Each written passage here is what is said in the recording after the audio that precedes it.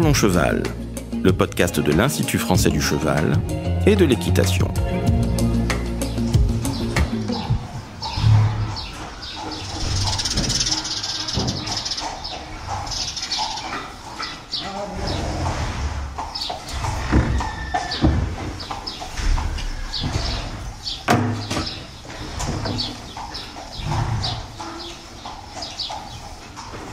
Bonjour, je suis Laurent Vigneault de l'Institut français du cheval et de l'équitation.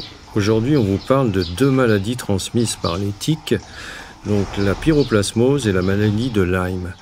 Alors pour ça, je reçois Marie Delru. Marie, tu es vétérinaire et ingénieure développement santé à l'IFCE. Bonjour Marie. Bonjour Laurent. Alors pour parler de ces deux maladies, je voudrais qu'on s'intéresse déjà aux tiques. Peux-tu nous parler des tiques et comment ça fonctionne ? Effectivement, la pyroplasmose et la maladie de Lyme, ce sont des maladies vectorielles, donc transmises par des tiques, et elles sont non contagieuses de ce fait. Les tiques, ce sont des acariens qui vivent dans les zones boisées et les herbes hautes des prairies. Et pour se nourrir, elles vont piquer les animaux. Ça peut être des animaux domestiques, comme le cheval, mais aussi l'homme ou des animaux sauvages. Et c'est pendant ce repas de sang qu'elles vont soit récupérer un agent pathogène ou soit transmettre à l'animal un agent pathogène. Donc c'est ce vecteur qui fait que la maladie peut passer de l'animal à l'homme. Tout à fait, c'est ça. Et donc, finalement, elles vivent au sol, tranquillement. Et quand elles ont besoin de se nourrir, régulièrement, elles remontent le long des brins d'herbe pour détecter leur hôte. Donc, elles ont des récepteurs à dioxyde de carbone sur leurs pattes. Et dès qu'elles le détectent, elles le piquent. Et alors, on peut être infecté dès le premier repas ? Oui, c'est ça. En fait, elles font 3 repas de sang au cours de leur vie, qui durent plusieurs années, à différents stades, en fait, de leur vie. Larve, nymphe, et puis la tique femelle au moment de la ponte des œufs. Et ce repas, en fait, il dure plusieurs jours. Et c'est à ce moment-là qu'il va y avoir la transmission de la maladie. Et finalement, si le premier hôte est infecté par tel ou tel agent pathogène, la tique va directement s'infester. Et ensuite, elle va rester porteuse de cet agent pathogène toute sa vie. Et alors, c'est un vecteur important, la tique, finalement ? Oui. En tout cas, en Europe, on considère que c'est le premier vecteur d'agent pathogène pour les animaux, devant les moucherons, les tans ou autres moustiques. Et pour quelle raison ? En fait, selon l'ANSES, c'est un vecteur qui est super efficace vis-à-vis des maladies pour plusieurs raisons. Déjà, leurs repas de sang sont longs, et donc plus ce repas est long, plus elles ont le temps de récupérer l'agent pathogène ou de le transmettre. La deuxième raison, c'est qu'elles s'accrochent à leur hôte, contrairement à un moustique par exemple, et donc du coup elles peuvent se déplacer avec lui et diffuser en termes géographiques très loin. Oui, c'est l'hôte qui les emmène plus loin, quoi. C'est ça. Ensuite, on a vu qu'elles vivaient plusieurs années, donc c'est quand même assez long. Donc pendant tout ce temps, elles sont dangereuses pour les animaux. Et puis elles se nourrissent sur plein d'hôtes différents. Elles ne sont pas très difficiles, on va dire. Et donc du coup, elles peuvent transmettre des agents pathogènes divers à plusieurs espèces.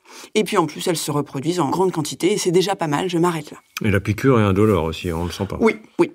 Donc c'est vraiment effectivement un vecteur très important. Alors maintenant, on va s'intéresser à la pyroplasmose, qui est la première de ces deux maladies. Alors, peux-tu nous détailler son fonctionnement ? Donc la pyroplasmose, c'est une maladie qui est très fréquente chez les équidés. Elle est due à 2 parasites unicellulaires qui sont appelés des pyroplasmes. Le premier, c'est Theileria equi et le second, Babesia cabali. Ces pyroplasmoses, une fois que le cheval est infecté, ils envahissent les globules rouges du cheval et ensuite les chevaux peuvent rester porteurs pendant plusieurs années, voire toute leur vie en ce qui concerne Theileria equi. Et la pyroplasmose, elle est très importante en France ? Oui, en France et globalement en Europe, on a une circulation très importante. En gros, 1 cheval sur 4, dans son organisme, on peut détecter de l'ADN de Theileria equi, c'est le plus fréquent. Et puis, presque 1 cheval sur 3 a des anticorps vis-à-vis de ce parasite. Donc, en gros, c'est une maladie qu'on appelle endémique en France. Alors, il y a eu une thèse universitaire, je crois, sur le sujet. Oui, comme c'est un sujet d'intérêt pour la filière équine, le conseil scientifique de la filière équine, notamment, a financé une thèse universitaire, donc portée par Clémence Nadal, et qui a notamment évalué la circulation en France et qui a montré que dans les 2/3 sud de la France, la circulation était beaucoup plus importante, sûrement en raison du climat et du type de végétation qui sont un peu différents et qui sont plus favorables à la fois à la diversité et à l'activité des tiques qui sont les vecteurs. Alors, quels sont les signes cliniques de cette maladie ? Alors, heureusement, la plupart du temps, et notamment dans les zones où ça circule beaucoup, il y a une certaine immunité qui se met en place, et donc la plupart des chevaux ne présentent pas de signes cliniques, ils sont dits asymptomatiques ou porteurs sains. Et puis, sur des populations plus jeunes, naïves, on dit naïves, on peut avoir des signes, malheureusement, qui sont peu évocateurs, on dit non spécifiques de telle ou telle maladie. On peut avoir de la fièvre, on peut avoir des muqueuses qui sont pâles ou jaunâtres, et ça, c'est dû à l'envahissement des globules rouges par les pyroplasmes, puis à leur éclatement consécutif. On peut avoir de manière plus chronique une perte d'appétit, un amaigrissement, voire des baisses de performance, donc rien de très spécifique de la pyroplasmose. Et comment va-t-on la diagnostiquer ? Bien, une fois que le vétérinaire a une suspicion clinique, la seule façon de confirmer le diagnostic, c'est de faire une prise de sang pour rechercher l'ADN de Theileria equi ou Babesia cabali dans le sang du cheval. C'est ce qu'on appelle donc une PCR, en anglais, Polymerase Chain Reaction, et en fait, elle permet d'amplifier de façon spécifique l'ADN du pyroplasme. Alors, une fois qu'on l'a diagnostiqué, il y a un traitement ? Oui, une fois qu'on a confirmé le diagnostic et qu'on est sûr, il y a un traitement qui existe, qui s'appelle l'imidocarb, c'est un antiparasitaire, mais bon, il est efficace contre Babesia cabali. Par contre, parfois, il ne fonctionne pas bien contre Theileria equi, et c'est pour ça que on a des chevaux qui peuvent être porteurs toute leur vie de ce parasite et qu'on peut avoir des rechutes cliniques suite à un stress, une baisse d'immunité, etc. Il y a un réseau de surveillance, je crois, en France, sur cette maladie ? Oui, en fait, le RESP surveille la pyroplasmose dans le cadre du sous-réseau qu'on appelle fièvre isolée. Donc, si votre vétérinaire a une suspicion, il peut déclarer cette suspicion au RESP, ce qui vous permet, en fait, d'avoir une prise en charge sur le diagnostic, sur la PCR dont on a parlé, à 50%. Donc, c'est intéressant pour le détenteur d'un côté, et puis pour la filière, pour mieux connaître cette maladie. Et à l'échelon international ? À l'échelon international, l'Organisation mondiale de la santé a réglementé cette maladie. En effet, elle recommande qu'avant d'exporter un cheval, on réalise des tests de dépistage pour sécuriser ces échanges. Et notamment certains pays comme les États-Unis, vers lesquels on exporte beaucoup en France, ils sont particulièrement sensibles, puisque la maladie, elle est peu répandue là-bas. En revanche, les tiques vectrices, elles sont présentes. Et la population américaine, en gros, de chevaux est naïve. Et si on importe là-bas un cheval infecté, il risque d'y avoir un nombre très important de cas de pyroplasmose aiguë avec des signes peut-être sévères. Donc voilà. Il y a des tests de dépistage qui sont réalisés systématiquement. Oui, c'est pour ça que c'est une étape importante dans la vente et l'exportation vers ces pays-là. C'est ça, tout à fait. Alors maintenant, on a bien détaillé la pyroplasmose. Je voudrais qu'on s'intéresse maintenant à la maladie de Lyme. Alors, la maladie de Lyme, contrairement à la pyroplasmose qui était due à des parasites, cette maladie, elle est due à une bactérie du genre Borrelia. Et parfois, on parle d'ailleurs de borréliose de Lyme. C'est une maladie dont on entend beaucoup parler sur le terrain, dans les écuries. Et tout le monde connaît un cheval qui a eu, dans sa vie, la maladie de Lyme. Et pourtant, encore aujourd'hui, c'est une maladie qu'on comprend mal, parce qu'on la connaît encore mal. Et du fait, c'est une maladie qui est largement controversée, parce que en fait, le diagnostic est compliqué. Oui, ça suppose qu'un certain nombre de chevaux suspectés, en fait, ne soient pas réellement malades. En tout cas, c'est compliqué. En fait, il y a un certain nombre de signes cliniques qui ont été associés à la maladie de Lyme. Une fièvre légère, de l'abattement, une raideur généralisée, des boiteries intermittentes, des distensions des articulations, des troubles du comportement, un peu finalement comme chez l'homme. Mais il n'y a jamais eu de preuve qu'il existe un lien entre le fait d'être infecté par cette bactérie et de développer ces signes cliniques. Il y a un certain nombre de chevaux qui sont porteurs d'anticorps en France. Oui, c'est ça. En fait, il y a 12 à 48% des chevaux, ça dépend un petit peu des régions, qui sont porteurs dans leur organisme de la bactérie Borrelia et qui, pour autant, ne présentent aucun signe clinique, donc sont porteurs sains de cette bactérie. Oui, ça fait un nombre très élevé. Alors, si on revient sur les signes cliniques, quels autres signes cliniques peut-on observer ? Eh bien, donc, on a parlé des signes cliniques pour lesquels nous n'avions encore pas de preuve du lien avec la maladie de Lyme. Par contre, il existe des formes cliniques qui sont locales, qui sont a priori assez rares, mais sûrement sous-diagnostiquées, et qui clairement, là, scientifiquement, ont été associées à la maladie de Lyme. Il y a des formes dermatologiques, avec une inflammation, en gros, de la peau, des formes nerveuses, qui se caractérisent par une raideur de l'encolure, une amyotrophie, c'est-à-dire donc une perte de la musculature au niveau de l'encolure, de la ligne du dos et des muscles fessiers. Parfois une incoordination motrice, on parle parfois d'ataxie, et une plus grande sensibilité de la peau, on parle aussi d'hyperesthésie. Et puis la dernière forme qui a bien été identifiée, c'est des uvéites, donc une inflammation de l'œil très douloureuse.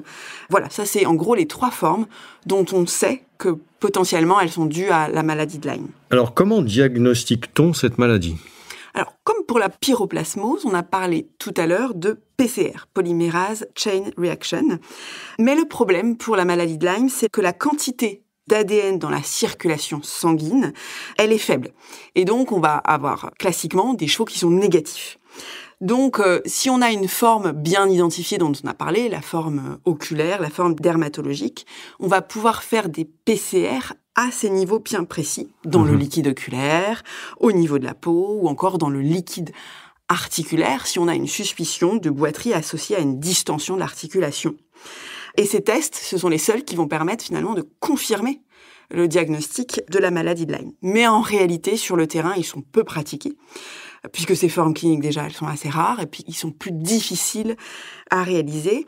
Et sur le terrain, ce qui est souvent fait, ce sont des sérologies, c'est-à-dire que cette fois-ci, on recherche des anticorps vis-à-vis de la bactérie. Donc c'est une preuve que le cheval a rencontré un jour dans sa vie la bactérie, mais ce n'est pas une preuve qu'il est malade et qu'il est encore porteur à l'instant T de la bactérie. Donc en rien, ça ne constitue un diagnostic de certitude. Oui, ça veut dire qu'on risque d'avoir un certain nombre de faux diagnostics. C'est ça. Maintenant, on va s'intéresser au traitement de cette maladie de Lyme. C'est un traitement à base d'antibiotiques ?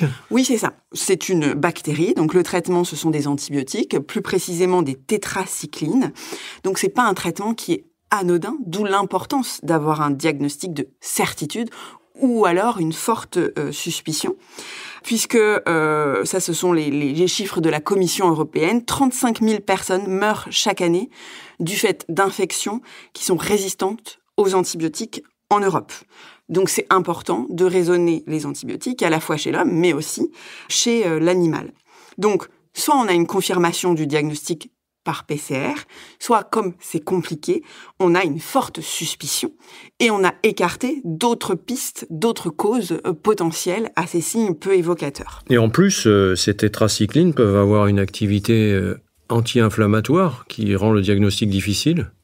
Tu as raison, Laurent. Donc, ces tétracyclines, elles sont à la fois des antibiotiques et des anti-inflammatoires. Et donc, sur un cheval qui présente une boiterie et qui a une inflammation des articulations, elles peuvent avoir une réponse positive, c'est-à-dire que les chevaux vont arrêter de boiter. Mais finalement, cette réponse favorable aux tétracyclines ne constitue en rien un diagnostic. C'est pas parce que ça marche que, oui, on avait raison, effectivement, c'était la maladie de Lyme. Alors là aussi, on a un projet de recherche qui a débuté en 2024. Oui, c'est une maladie qui est importante pour la filière équine, dont on entend beaucoup parler. Donc, de la même façon, le Conseil scientifique finance en ce moment même un projet sur le sujet qui est mené par l'ANSES et le RESP et qui a 2 objectifs. Le premier, c'est de caractériser les variations géographique du risque d'exposition à la bactérie Borrelia. Et le second, c'est d'aider à objectiver le diagnostic de l'infection clinique chez le cheval. Alors, on a vu l'importance des tiques comme vecteurs de ces 2 maladies, qui quand même posent un certain nombre de problèmes. Comment peut-on établir une prévention contre les tiques ?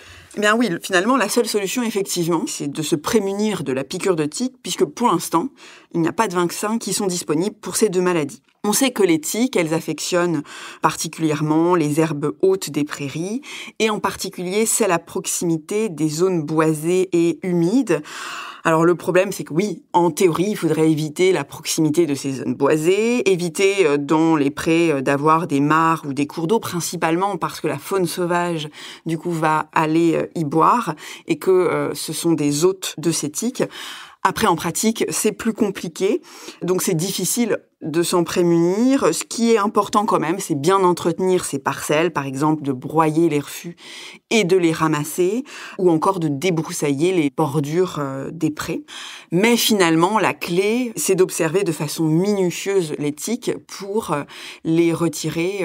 Oui, il faut les retirer le plus tôt possible, c'est ça ? Ouais, c'est ça. Plus la tique reste longtemps, plus elle a de probabilité, en gros, de récupérer l'agent pathogène ou de le transmettre. Mais ils sont tout petits au début, non ? C'est difficile à repérer ? Oui, au début, ils sont tout petits. C'est comme un petit moucheron, donc c'est très difficile. Après, ce qui est intéressant, c'est quand même il y a des zones préférentielles où on les retrouve au niveau de la tête, notamment au niveau du bout du nez, au niveau de l'arse, de la queue, du pli du grasset ou encore à la base de la crinière. Donc on peut rechercher notamment à ces endroits. Il y a des répulsifs qui permettent de limiter le risque ? Oui, il y a certains répulsifs comme le DEET ou l'icaridine qui sont efficaces contre les tiques. Le problème du cheval, c'est que ces répulsifs, on ne sait pas, souvent ils tiennent pas bien sur la peau du cheval et donc il faudrait les administrer fréquemment. Donc en pratique, c'est pas si évident. Après, il y a des acaricides, cette fois-ci, qui tuent les tiques, mais déjà leur efficacité n'est pas exceptionnelle et en plus ils sont très toxiques pour l'humain qui les met et pour l'environnement, en particulier pour les abeilles. Donc c'est à utiliser vraiment dans des situations très très particulières, avec parcimonie, pas en routine, ça c'est évident. Pas en routine, ouais. Alors Marie, on arrive à la fin de notre entretien. Qu'est-ce qu'on peut retenir finalement sur cette problématique de ces 2 maladies ? Il y a beaucoup de chevaux porteurs sains ? Oui, c'est ça. En fait, il y a un portage d'un côté de la bactérie pour la maladie de Lyme et de l'autre des parasites pour la pyroplasmose qui est très important en France, puisque les tiques, il y en a partout. Donc il faut faire attention, notamment quand on fait un test qui est donc la sérologie, on recherche des anticorps. Effectivement, il y a beaucoup de chevaux qui sont séropositifs. Ce n'est pas pour autant qu'il faut les traiter de façon systématique et donc le diagnostic du vétérinaire est très important. Est-ce que les signes cliniques sont évocateurs ou est-ce qu'au moins j'ai écarté d'autres pistes avant de faire un traitement ? Puisqu'on sait que non seulement vis-à-vis des antibiotiques, mais aussi vis-à-vis des antiparasitaires, il y a beaucoup de résistance et il faut les utiliser de manière raisonnée. Merci Marie. Merci beaucoup Laurent. Si vous souhaitez en savoir plus sur le sujet, rendez-vous dans la description du podcast où vous trouverez des liens utiles sur notre site equipedia.ifce.fr. Vous pouvez aussi nous rejoindre sur notre groupe Facebook Equipedia Science et Innovation Equine pour plus de contenu. Pour ne manquer aucun épisode, abonnez-vous, partagez, commentez et n'hésitez pas à laisser 5 étoiles sur Apple Podcasts et Spotify. À très vite pour un nouvel épisode.